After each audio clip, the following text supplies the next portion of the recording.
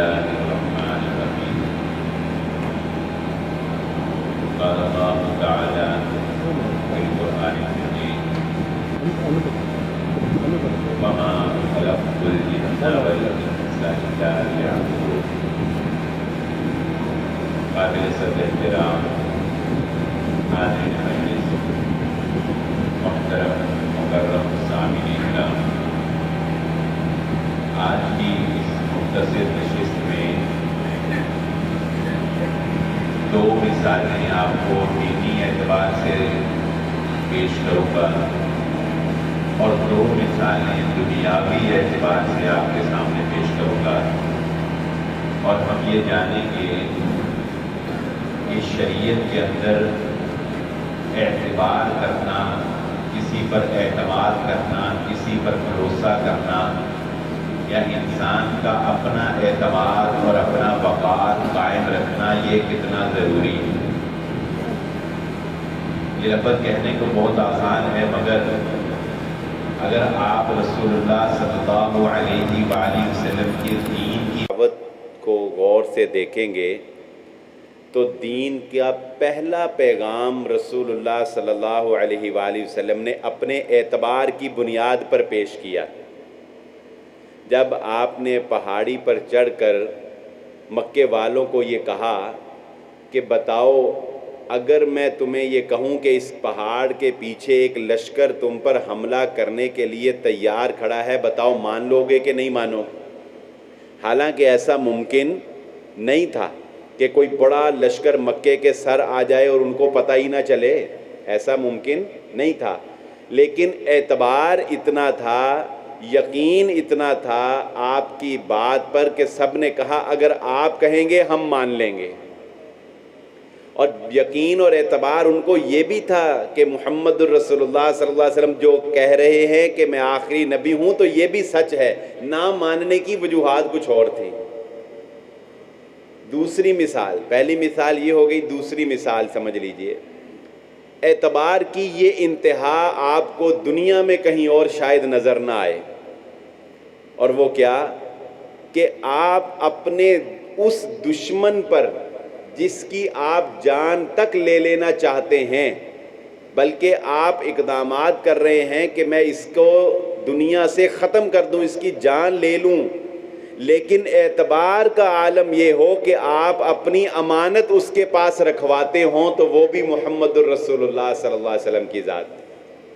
یعنی کافر ہی آپ کو شہید کرنے کے درپے تھے جب آپ کے گھر کا محاصرہ کیا، تو کیوں حضرت علی رضی اللہ تعالیٰ عنہ کو نبی صلی اللہ علیہ وسلم نے اپنے بستر پر سلایا کہ علی، میرے بعد لوگوں کی امانتیں جو میرے پاس ہیں وہ تم نے واپس کر کے آنی ہے، یہ میرا اعتبار ہے، یہ ختم نہیں ہونا چاہیے۔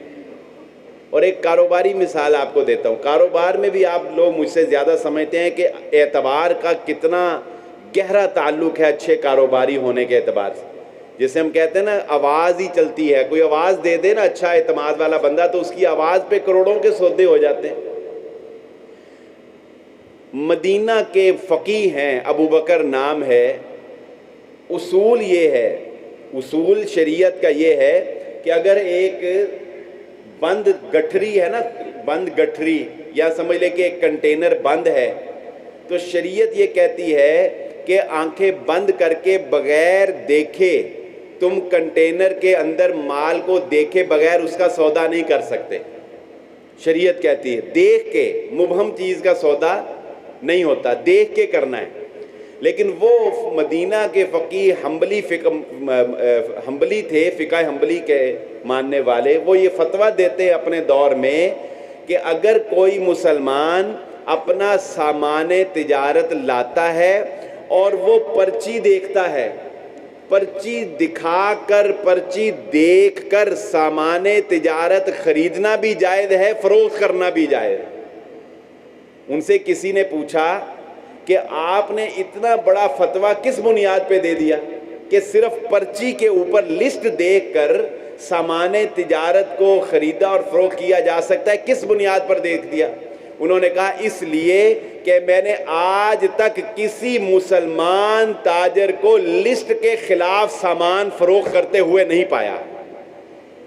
میں نے آج تک نہیں دیکھا کہ لسٹ میں کچھ اور لکھا ہو اور گٹھری کے اندر سے کچھ اور نکل آئے۔ وہ کہتے ہیں کہ مسلمانوں کا اعتبار کرتے ہوئے، مسلمانوں کی پرچی کا یقین کرتے ہوئے میں نے کہہ دیا کہ جو پرچی دیکھ کر بھی اگر کسی مسلمان تاجر سے کوئی چیز لے لیتا ہے تو وہ بھی جائز ہے۔ یعنی یہ اس وقت کے حالات کے مطابق ان کا فتویٰ اس دور کے لیے تھا۔ اندازہ کیجئے یہ مسلمانوں کا اعتبار تھا۔ بحیثیت امت مسلمہ آج ہمارا اعتبار کہاں ہے وہ آپ سب جانتے ہیں۔ یہ تھی دینی مثالیں۔ اب میں آپ کو دو دنیاوی مثالیں دیتا ہوں جن سے آپ کو پتہ چلے گا کہ اعتبار کی اہمیت دنیا لیول کے اوپر کیا ہے۔ بینکنگ سسٹم تو آپ نے دیکھا ہے، پوری دنیا کے اندر بینکنگ سسٹم ہے اور لوگ بینکوں میں اپنے پیسے جمع کرواتے ہیں۔ لیکن یہ بات بڑی مشہور ہے، آپ نے سنا ہوگا کہ جتنے مالدار سے مالدار ترین لوگ ہیں وہ اپنا پیسہ سوئس بینک میں جمع کرواتے ہیں۔ سوئٹزرلینڈ میں یہ بڑی مشہور بات ہے۔ ہم کہتے ہیں جتنے بڑے بڑے سیاستدان ہیں ان کا پیسہ کہاں پڑا ہے؟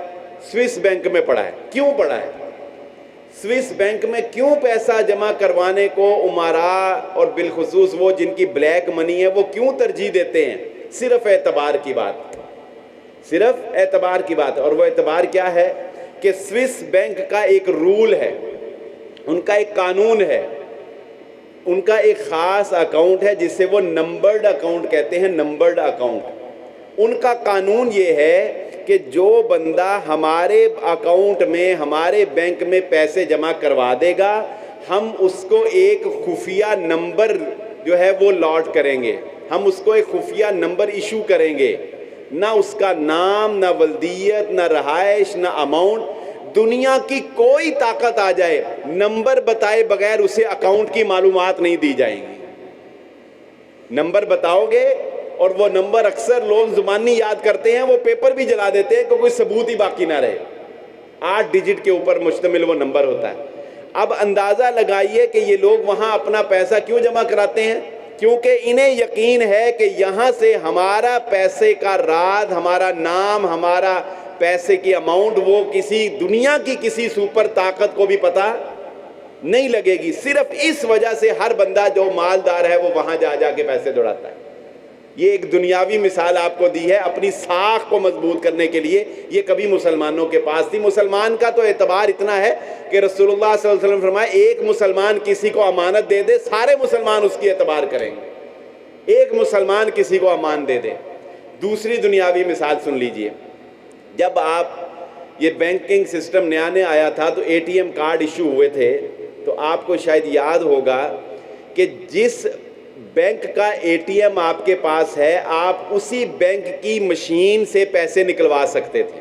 دوسرے کی مشین سے پیسے، اگر آپ کے پاس میزان بینک کا کارڈ ہے تو آپ میزان بینک کی اے ٹی ایم مشین سے پیسے نکلوا سکتے تھے، آپ یو بی ایل کی مشین سے پیسے نہیں نکلوا سکتے۔ شروع میں ایسے تھا۔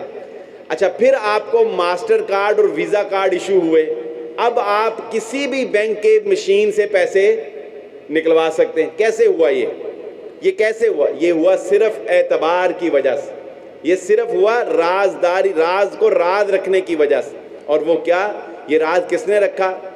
بینک جب یہ الاؤ کرتا ہے کہ میرا اے ٹی ایم دوسرے بینک کی مشین میں بھی یوز ہو سکتا ہے، تو اس کے لیے بینک کو اپنے کسٹمر کا ڈیٹا دوسرے بینک کو دینا پڑتا تھا، تبھی تو وہ اس کے اکاؤنٹ کو مینٹین کرے گا نا، اس کو پتہ لگے گا اس کے اکاؤنٹ میں کتنے پیسے اور کتنے نکل گئے۔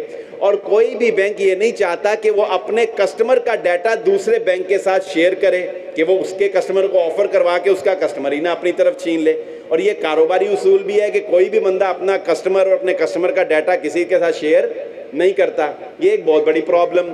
چنانچہ یہ کام یو ایس اے نے کیا، امریکہ نے پوری دنیا کے اندر ویزا کارڈ، پوری دنیا کے اندر ماسٹر کارڈ جاری کیے اور اس نام سے کمپنی بنائی۔ اور امریکہ نے کہا کہ دیکھو تمہیں ایک دوسرے پہ اعتبار نہیں ہے مگر تم ہم پہ اعتبار کرو۔ انہوں نے کہا وہ کیسے؟ انہوں نے کہا ہم پر اعتبار ایسے کرو کہ تم میزان بینک والے بھی اپنا کسٹمر کا سارا ڈیٹا ویزا کارڈ والوں کو دیں گے، دبئی اسلامک والے بھی اپنا سارا ڈیٹا ویزا کارڈ والوں کو دیں گے. ہم تم دونوں کا ڈیٹا جمع کر کے کارڈ ایشو کریں گے اور اس کارڈ پر کسی بھی بینک سے جو ہے وہ اکاؤنٹ نکلوایا جا سکتا ہے، اماؤنٹ نکلوائی جا سکتی ہے. ہم گارنٹی دیتے ہیں تمہارا ڈیٹا ان کو اور ان کا ڈیٹا ان کو شیئر نہیں کریں گے. انہوں نے کہا ہمیں اعتبار ہے. آپ اے ٹی ایم میں جو یوز کر رہے ہیں کس بنیاد پہ کر رہے ہیں؟ یو ایس اے کی کمپنی کے اعتبار پہ. آپ کے بینک کو اعتبار ہے کہ وہاں سے ہمارا ڈیٹا لیک نہیں ہوگا. ادھر آپ کسی کو اپنے بتا کے دیکھ لیں کوئی راز، وہ اگلے دن ہی آپ کے سارے کسٹمر لے کے اڑا ہوگا. اس لیے اس سے یہ پوائنٹ بھی آپ ذہن نشین رکھیں کہ آپ کے اماؤنٹ اور کسی کو پتا ہو نہ ہو، امریکہ کو پتا ہے آپ کے اکاؤنٹ میں کتنے پیسے.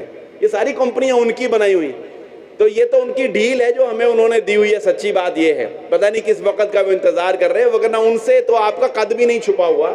ان کو تو یہ بھی پتا ہے کہ آپ نے انڈرویئر کس کلر کا پہننا ہے، جس قدر وہ تحقیق اور جس قدر وہ آپ کے اندر سرایت کر چکے. بہرحال ہماری گفتگو کا لب لباب اور خلاصہ یہ ہے کہ اگر آپ ایک کاروباری شخص ہیں، اگر آپ ایک باپ ہیں، محدثین نے اس بندے سے حدیث نہیں لی جس نے کسی کو جھوٹے طور پر، کسی مرغی کو بھی یہ کہا کہ آ آ آ اور اس کی جھولی میں دانا نہیں تھا. کسی مرغی کو بھی بلایا دانے کی لالچ میں اور اس کی جھولی میں دانا نہیں تھا. محدثین نے کہا جو مرغی کو دھوکے سے بلا سکتا ہے اس کا کیا اعتبار ہے؟ یہ رسول اللہ صلی اللہ علیہ وسلم کے بارے میں بھی دھوکہ کرے گا، اس سے ہم حدیث ہی نہیں لیتے. تو اعتبار کی بنیاد کے اوپر ہمارا دین کھڑا ہے، اعتبار کی بنیاد کے اوپر ہمارا کاروبار کھڑا ہے، اعتبار کی بنیاد کے اوپر مسلمان ہے، مسلمان کی زبان کافی ہے. یہ رجسٹریاں جب نہیں تھی، بزرگ جانتے ہوں گے نکاح کیسے ہوتے تھے؟ گواہوں کی بنیاد کے اوپر. یہ رجسٹریاں کیسی ہوتی تھی؟ گواہوں کی بنیاد کے اوپر. مسلمان کی زبان، دو گواہ ادھر دو گواہ ادھر، یہی کافی. کوئی تحریر نہیں ہے، کوئی اور چیز نہیں. تو اپنے اس اعتبار کو بحال کرنے کی کوشش کریں، چاہے آپ انفرادی کاروبار کر رہے ہیں یا آپ کسی اجتماعی چیز کے ساتھ منسلک ہیں. اللہ رب العزت ہمیں عمل کرنے کی توفیق عطا فرمائے. وآخر الدعوانا الحمدللہ رب العالمین.